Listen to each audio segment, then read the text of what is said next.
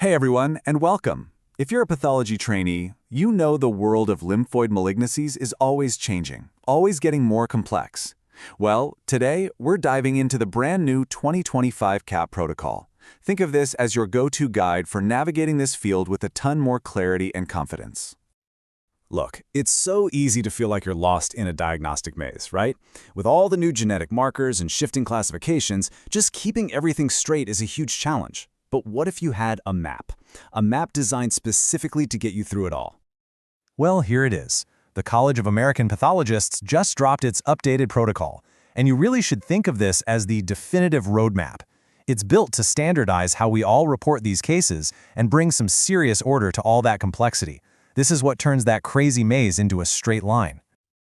Okay, let's get into it. First, we're going to talk about why we even need this map in the first place. Then, we'll break down its basic framework. After that, we'll take a tour through the really key B-cell and T-cell neoplasms, see how to pull everything together for an integrated diagnosis, and finally, and this is so important, we'll talk about why this work really matters. So first up, let's just set the stage. In a field that's this complicated, having a standardized approach isn't just a nice to have. It is absolutely essential for making sure we're consistent and, most importantly, accurate for our patients.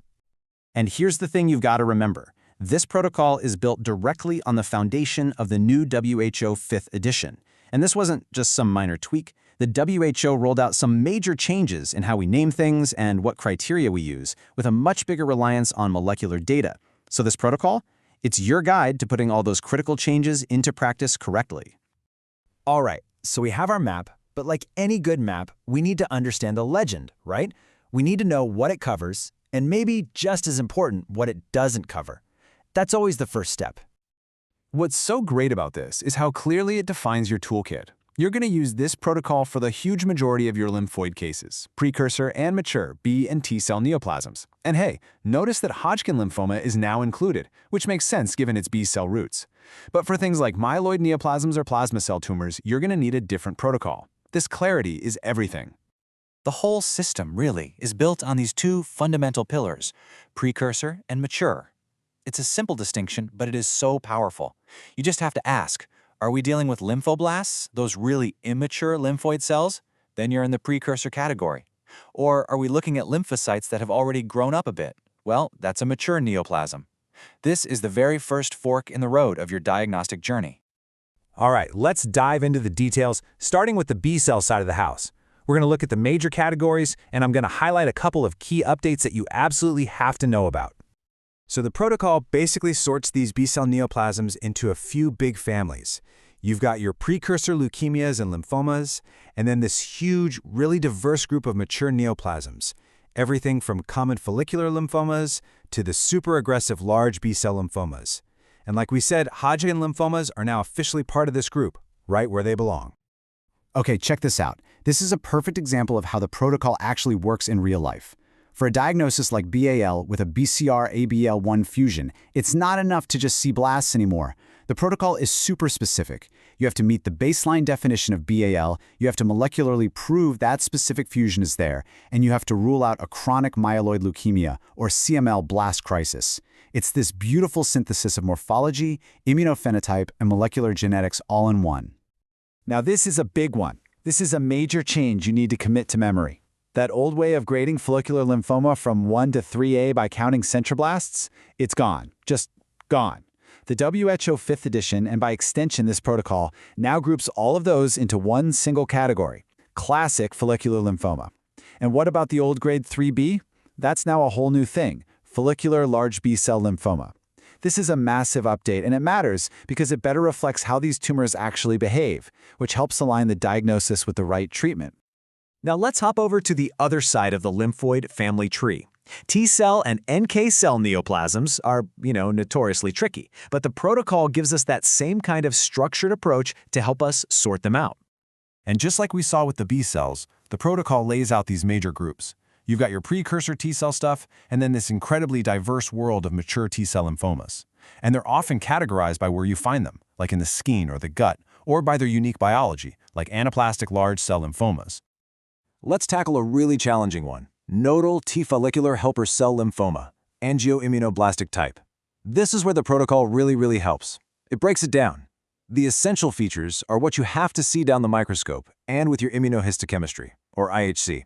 The atypical CD4-positive cells, the TFH markers, that classic background with expanded follicular dendritic cells, or FDCs.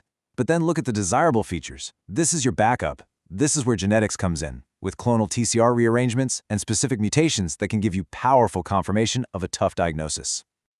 So, you've gathered all this data, morphology, IHC, flow, genetics, the whole shebang. How do you actually bring it all together into one cohesive diagnosis? Well, that's the art and the science of the integrated diagnosis. This is the workflow. It all starts with the basics, right? What you can see with your own eyes under the microscope. Then you start layering on more data, IHC and flow, to figure out the cell's lineage and what it's expressing. After that, you bring in the heavy hitters, cytogenetics and molecular studies to hunt for those specific genetic drivers. It's only when you synthesize all of these layers that you can finally arrive at that single, precise, final integrated diagnosis. And if you're ever in doubt, the protocol itself spells out the guiding principle for you. This quote is a direct instruction. Your final diagnosis must line up with the big categories laid out by the WHO. This isn't about your personal preference or what a hospital has always called something.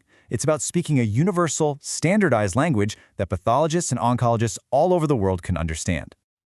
Okay, we've gone through a lot of technical stuff, but let's end this by focusing on what's easily the most important part, the patient. Because every single piece of data you integrate, every standardized term you use, it all has a profound, real-world impact. One single report. It might feel like just another case file on your desk, but your report is the single document that serves as the absolute foundation for a patient's entire cancer journey.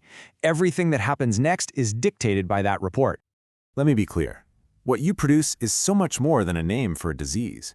It's the literal blueprint your clinical colleagues are going to use to pick a chemotherapy, to predict a patient's prognosis, and to manage their care for months, maybe even years.